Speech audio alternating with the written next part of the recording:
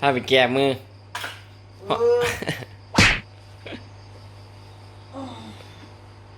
โอ้จิ6 โมงลูกโอ้ยเป็ดก็เศร้าแล้วเมนูเห็นแล้วนี่เอ๊ะออกไปร้านเรียนอยู่ร้านนู่นนี่เรียนไปได้มาลายสมางาเมียนก็บ่หาตูดไปแก้มือครับแต่ว่าต้องย่างซะก่อนแหละเพราะว่าลองมึงแล้ววันนี่ไก่ซะเหลือเกินเป็นยางคืนก็ยังแรงอยู่ทำละอยู่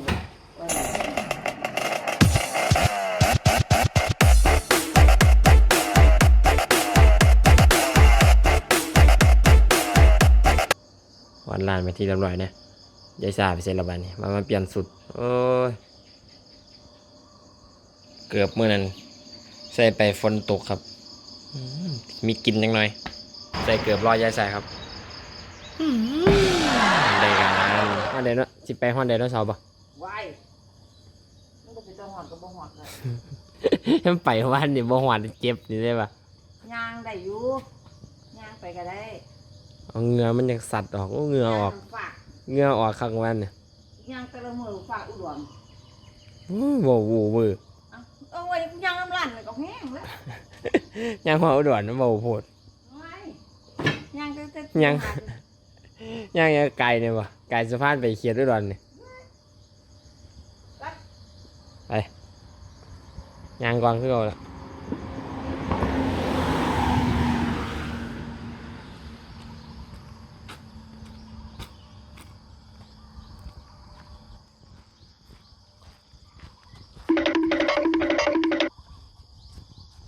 เฮาอีกเหมือนว่านบ่เฮาเห็นไหมเนี่ยกันยางเนียนๆไปเลยพอดีว่านเนี่ยไปแลนผู้เดียวครับบริทายชิปมาให้ทักยางไปคู่มือแล้วก็เบื่อมันเห่าขาดแม่มาซื้อนี่ย่าอันนี้แล้วมารู้จักกันเพื่อนมา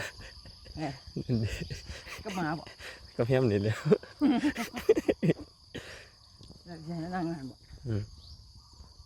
หวานเพราะยังนี่ไหมบรรยากาศดีครับเมื่อนี้มีหมอกเล็กน้อยว่าจะพูดต้องทำเหมือนมันบอกหวานไหมหวานยังหวานนั่นหมด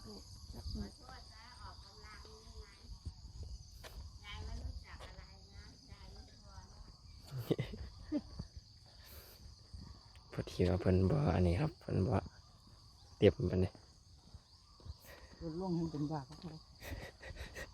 หมู่บ้านหมู่บ้านควักรถบาทเด้อเขาก็ควักมาตามแล้วก็เดี๋ยวก็บ่ควักแล้วยามาบรรทายเยี่ยมผมเนี่ยรถลมอยู่เลยก็ลุงอยู่นาที่ว่าการ3 ไส้มงสีเหลียวเขานอนโรงพยาบาลประตูทางเรียนนอนโรงพยาบาลบ่เป็นว่ารถไอ้เลือดหมดออกว่าเพราะว่าเราตายหัวนอนโรงพยาบาลอะไรเนี่ยเขาก็เอาแล้วไปบำบัดอีกทีบำบัดคือแม่หนุกปลาเสียบ้านเนี่ยว่านี่จับอันนั้นได้2 กิโล 33ก็ยังเหลือ2 กิโลไปกลับแล้วตอนย่างลงนี่แมนยูนี่ลงน้นนะครับนี่ตอนขึ้นน้นกับมันกลับมาเนี่ยทีพอดีมันสิเป็นลงไปแล้วก็ขึ้นแล้วก็ลงงามกลับมันก็จิมาขึ้นลงขึ้นครับก็คือขึ้นขากลับเมื่อยรถมาเฮียงเดี๋ยวเนาะโดดเขาปลาท่านมันก็จะเห็นห้องหมดเลยมันไม่ชี้แล้วเดี๋ยวอะไรเงี้ยสิดเลยตัวนั่นก็ย่อยลงขางทางนี่สีเศร้าเรียนย้อนรถนี่แหละเนี่ยย่าน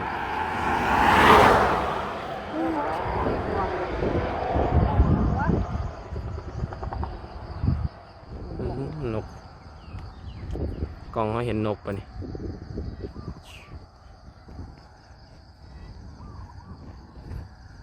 มันสบายอยู่ได้ยางลงนี่หาเรื่องมา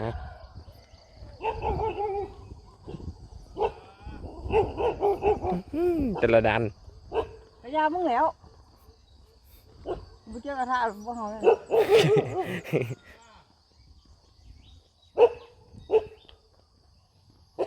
ไม่ใหญ่สองไม่ใหญ่หูเป็นหู ไม่เอาไม่เอาเราไม่รู้เราไม่รู้จักกันขอโทษนะ เขาก็ย่างไปแล้วก็เล่นหน่อย บ่ได้เหงื่อแล้วเนาะไปรุ่นไปเดี๋ยวเขาจะแลนครับเดี๋ยวน่าจะไปฮอดเดนโนเสาร์ถ่ายรูปงามๆแล้วกับสะพานน้ำลายๆให้เบิ่งครับน้ำลายบ่ฮึ โอ้ยหลายเลย ไปครับผมจอกน้อยเดี๋ยวจะพายายสาแลนกันด้วยครับบ้าน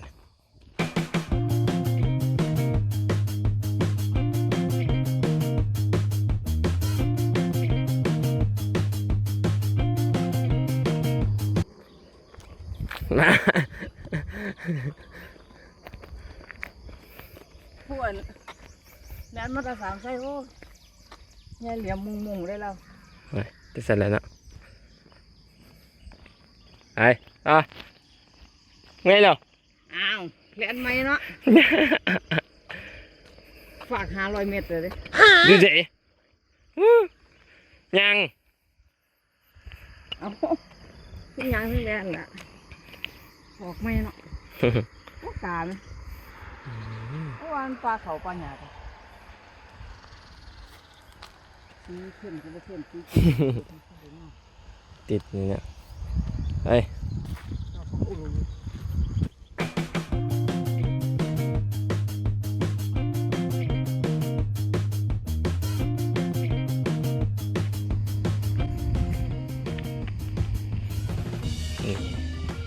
อาจารย์ไปนำพาชมบรรยากาศไปนำครับ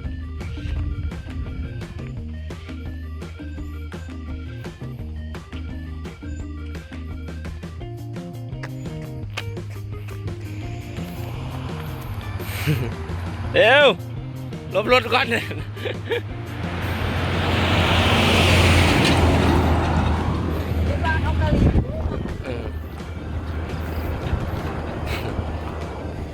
อ้บรรยากาศดีไปพาไปเบิ่งเดนโนเสาร์งามๆถ่ายรูปอัพเฟียนงามๆนี่ ปลา ดีหมากมันหมากหน่อยว่ากินแล้วไปครับเลยโค้งนี่ไปเยี่ยงหน่อยกับที่ฮอดแล้วเมืองทางที่เขามาก็ขึ้นโน้นอันนั้นมาแล้วครับลงโน้นมาก็ขึ้นโน้นมาครับแล้วก็ลงโน้นอีกขาไปว่าปันไดครับขากลับนี่ลองเบิ่งจะเป็นยังไงไอ้ไม่แล้ว หายังหาบ่อยแล้วมือแรกครับ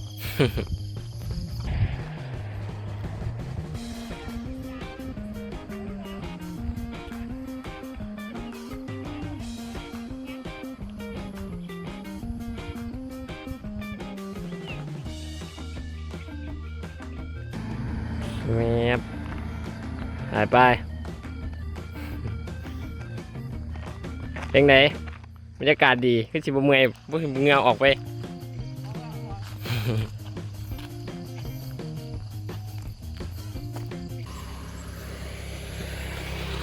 สัญลักษณ์ของ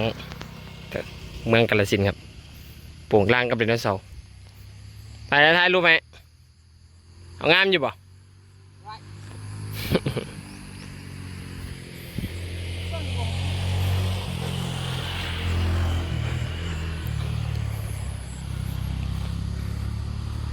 นี่ยังเอาท่านี่ป่ะ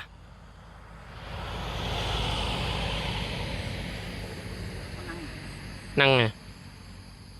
ที่นั่งให้ยัง1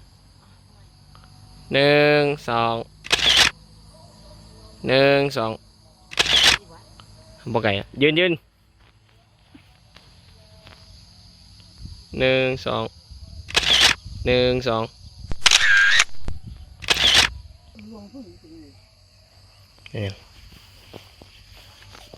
อย่าปลูกไปเนี่ยอันนี้ดอกดาวเรืองป่ะ ถ้าตะวันในย่ามตะเวนออกทางไหนมันจะหันไปทางนั้นเลย บ่ ถ้าตะเวนมันอวยมากมันจะอวยไปตาม อันนั้นเขาบ่หันมาบ่หันไปทางพุ่นซะ มันเพราะเรารู้เรื่องมันไม่รู้เรื่องสักกันดอก นี่หันหน้ามาสวยเลยจับหันมันมาจากนั้น1 2 บ่ปีนขึ้นไปเฮ้ ปีนไปบ้าเขาตรงมาสิ เอาหนีมันจังเบิดเนาะ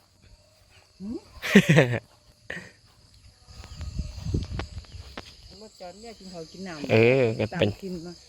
ก็ตอนรับมันก็เข็ดกาฬสินธุ์พอดีเนาะ แต่ก็มันคือบ่เฮ็ดสิบ่ เอ้าค่อยไปแหละผมย่างไปสะพานผมน้ำเชียงน้ำหมด โอ้ยมันบ่ไหลนี่สิ เมื่อย เอาขวดใหญ่มาให้เอาไหใหญ่มาให้ เออ ไหน้อ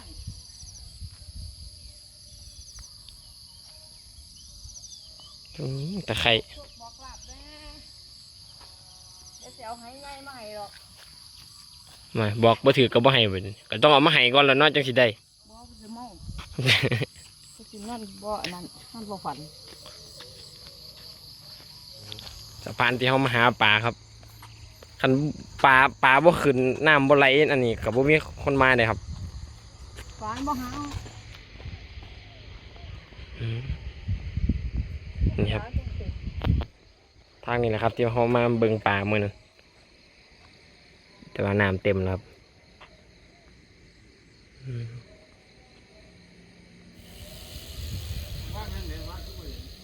วันฝนตกห่ำ แก่งจักรยานครับ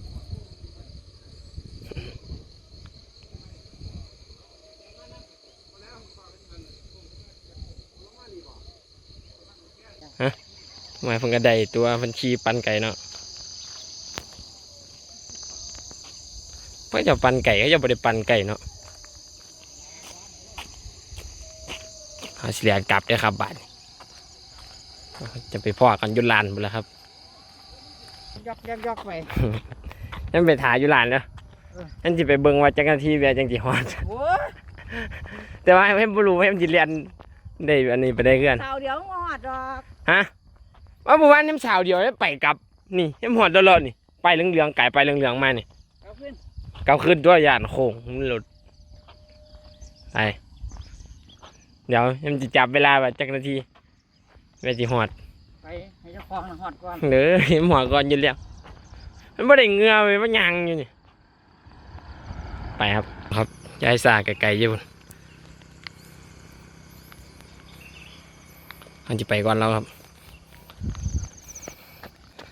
ครับยายสาพูดหน่อยๆตรงเลยเอาหม้อใส่ไปรับไปแล้วครับเดี๋ยวมันจะเมื่อยพดเอาไก่หอนลานแล้วครับหอนแล้วครับผมเมื่อยครับยายสาเขาใช้ยูไก่ครับเขาจะขี่สปาร์กตัวเก่งเขาไปหับกันครับเดี๋ยวมันจะเมื่อยพดไปครับผมเอาน้ำไปให้เรากินพร้อมไป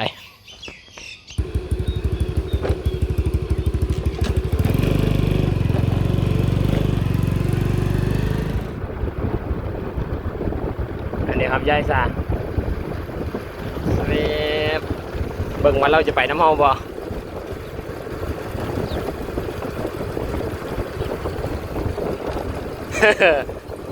ไปแล้วยังบ่ฮะไปวะเนื้อจิกจะจะหอด เอาหอดอยู่หอดชายไปทางนี้ ยังไงดอกนี่ไงจัดน่า เป็นจังไง ไม่ว่าเอาไม่เนาะเอาไม่แล่นไกลปานนี้มันก็ลูกได้บ่ล่ะบัด ขี่มอเตอร์ไซค์ครับขี่มอเตอร์ไซค์เมื่อ ต้องเอาเทียละน้อยคอยยับไปเนาะ ไปเจอกันคลิปหน้าครับยาย